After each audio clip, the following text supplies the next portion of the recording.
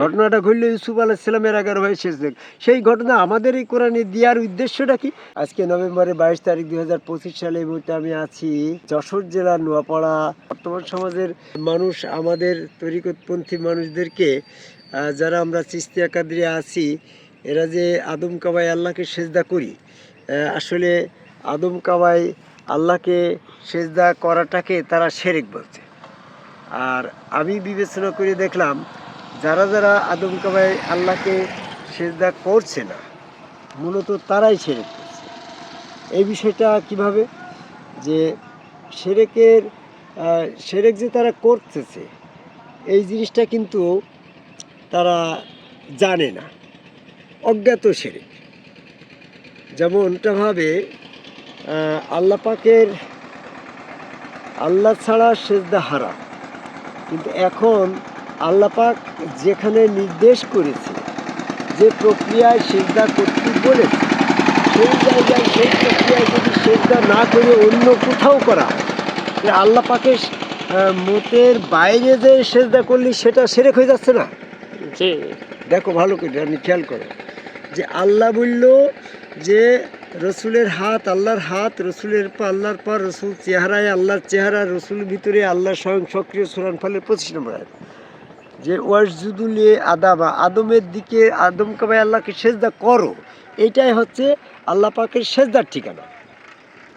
এখন যদি এই জায়গায় আল্লাহ পাকের নির্দেশিত পথে, নির্দেশিত জায়গায় নির্দেশ মোতাবেক সেজদা না করে যদি অন্য কোথাও সেজদা করে, তো সেটা তো আল্লাহ বিরোধী সেজদা হয়েছে, ওইটাই তো শিরক হচ্ছে। এক্সাম্পল যদি দেওয়া হয় যে যে তুমি একটা জায়গায় মানে ভোট দিতে যাচ্ছ, তোমাদের মনোনীত ক্যান্ডিডেট যে মার্কা দিল, সেই মার্কায় ভোট না দিয়ে তার বিরোধী দল আর একজনের মার্কায় ভোট দিলে তো সেটা ওই ক্যান্ডিডেটের বিরুদ্ধে চলে গেল না? তো আল্লাহ পাক সেজদা করতে বললো আদম কাবাই আল্লাহকে। এখন যদি কেউ আদম কাবাই আল্লাহকে সেজদা না করে, তাহলে সেজদার ব্যাপারে তো আল্লাহ পাকের নির্দেশিত পথে হইল না, আল্লাহ পাকের নির্দেশিত প্রক্রিয়াই হইল না, বরং আল্লাহ পাকের প্রতিপক্ষ হচ্ছে শয়তান। শয়তান আদম কাবাই সেজদার বিরুদ্ধে, সে চাচ্ছে যে সেই আদম কাবাই আল্লাহকে সেজদা যারা না করে তারাই হচ্ছে শয়তানের দল।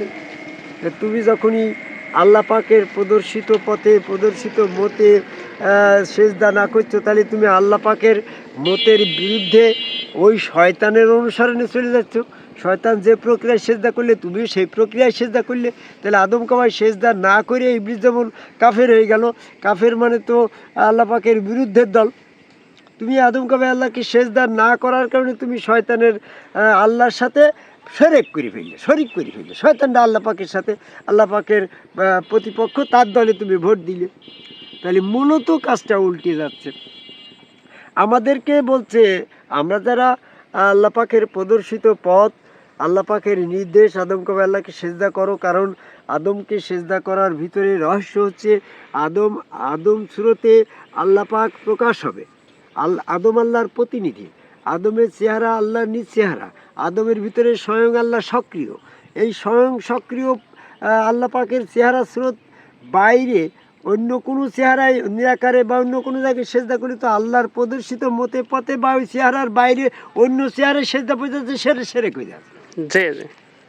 এই জন্য বলছে দিনের ক্ষেত্রে একমাত্র তোমরা রসুলের আনুগত্য করো। আল্লাহর আনুগত্য, রসুল আনুগত্যর বাইরে যারা দিনের আনুগত্য করে সেটাও শিরক হচ্ছে। কারণটা কি? আল্লাহ লিল্লাহি দীনু খালিসুন, দিনের ব্যাপারে সকল আনুগত্যের মালিক আল্লাহ। সূরা জুমার 3 নম্বর আয়াত। তো সেক্ষেত্রে রসুলের আনুগত্য করলে ওই আনুগত্য আল্লাহর ক্ষতি যাচ্ছে। সূরা নিসার 80 নম্বর আয়াত। আল্লাহ রসুলের বাইরে দিনের ক্ষেত্রে তৃতীয় কোনো ব্যক্তিকে আনুগত্য করলে ওটা আল্লাহর খতিয়ানে যাচ্ছে না। তাহলে সূরা জুমার 3 নম্বর আয়াত অনুসারে ওই আনুগত্য দিনের ক্ষেত্রে শিরক হয়ে যাচ্ছে। বর্তমান জামাত ইসলাম চরমোনা, ফুরফুরা, মানিকগঞ্জ, আটুসি, হিজবুত তাহরির ইসলাম, কাদিয়ানি, টুপি পাগড়ি জুব্বা দ্বারা মোচকাটা 5 ওয়াক্ত জুমা জামাতধারী যে সমস্ত মানুষ আদম সেজদা বিরোধী, আদম সেজদা না করে তারা এক একটা তাদের দলের আমির সাহেবের সেজদা করছে, আনুগত্য করছে। আমির সাহেব যেহেতু রসুল নয়, এরকম তার পীর সাহেব যেহেতু রসুল নয়, কিংবা এই মসজিদের ইমাম সাহেব যেহেতু রসুল নয়, এরকমভাবে উলিল আমরগণ যেহেতু রসুল নয়, তাদের আনুগত্য দিনের ক্ষেত্রে করাটা ওই আনুগত্যটা সেরেক। এই জন্য হচ্ছে যে ওই আনুগত্য, পীরের আনুগত্য, রসুল বাদে তৃতীয় ব্যক্তির আনুগত্য করলে আনুগত্যের ক্ষেত্রে 3 পদ্ধতি হয়ে যাচ্ছে। একটা হচ্ছে উলিল আমর পীর সাহেবের বা ইমাম সাহেবের আনুগত্য, আর একটা হচ্ছে তারা রসুলের দিকে দৃষ্টিভঙ্গি দিচ্ছে, সেই অতীত রসুলের দৃষ্টিভঙ্গির দিকে তারা যাচ্ছে, আবার আল্লাহর দিকে যাচ্ছে। তাহলে আল্লাহর দিকে দিনের ক্ষেত্রে আনুগত্যের পদ্ধতি ফর্মুলা 3 দিকে চলে গেল না? এই জন্য সূরা নিসার 171 নম্বর আয়াতে বলছে আল্লাহ রসুলের বাইরে দিনের ক্ষেত্রে 3 বলাটাই শিরক গণ্য। এই জন্য আমি সংক্ষিপ্ত পরিসরে বলতে চাচ্ছি, যে কাজটা করলে আমাদেরকে শিরক বলছে, আদম কাবে আল্লাহকে সেজদা করাটার থেকে বিরত রাখছে। আদম কাবে আল্লাহকে সেজদা করার হুকুম, এটা একটা হুকুম পালন।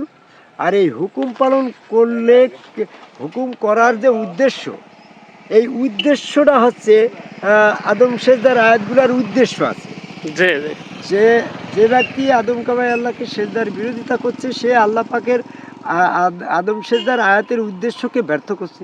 আর আল্লাহ পাকের উদ্দেশ্যকে ব্যর্থ করার কারণে তারা অপরাধী হচ্ছে, তারা জাহান্নামী হয়ে যাচ্ছে। সূরা হাজর 51 নম্বর আয়াত। এজন্য আল্লাহ পাকের আদম সেজদার আয়াত পালন করতে হবে, এবং পালন করার মাধ্যমে আল্লাহ পাকের আয়াতের উদ্দেশ্যটা সার্থকতা হবে। কারণ সেই ঘটনাটা ঘটেছিল বেহেশতের ভিতরে। ঘটনাটা ঘটল ইউসুফ আলাইহিস সালামের 11 ভাই সেজদা। সেই ঘটনা আমাদের এই কোরআনে দেওয়ার উদ্দেশ্যটা কি? এই সমস্ত আদম সেজদার আয়াতগুলো এই কোরআনে আসার উদ্দেশ্য এটাই যে এই আয়াতগুলো দিয়ে নবী সাহাবারা যেন নবীকে সেজদা করে। এবং বর্তমান যতদিন কোরআন পদ্ধতি চলবে, যতদিন শয়তান থাকবে, ততদিন শয়তান থেকে বিরত থাকার জন্য, পবিত্র হওয়ার জন্য মানুষ যেন এই যার গুরু তার রসুল সুরত আল্লাহকে সেজদা করে। এখন যদি আমরা সেই সেজদার থেকেই বিরত থাকি, তাহলে আদম সেজদা যে উদ্দেশ্যে নাজিল হইল কোরআনে, সেই আয়াতের উদ্দেশ্যটা তো ব্যর্থ হইল। আমি সর্বসাকুল্যে যেটা বলতে চাচ্ছি, আদম সেজদা করাটা শিরক নয়, বরং আদম সেজদা না করা শিরক। জয় গুরু।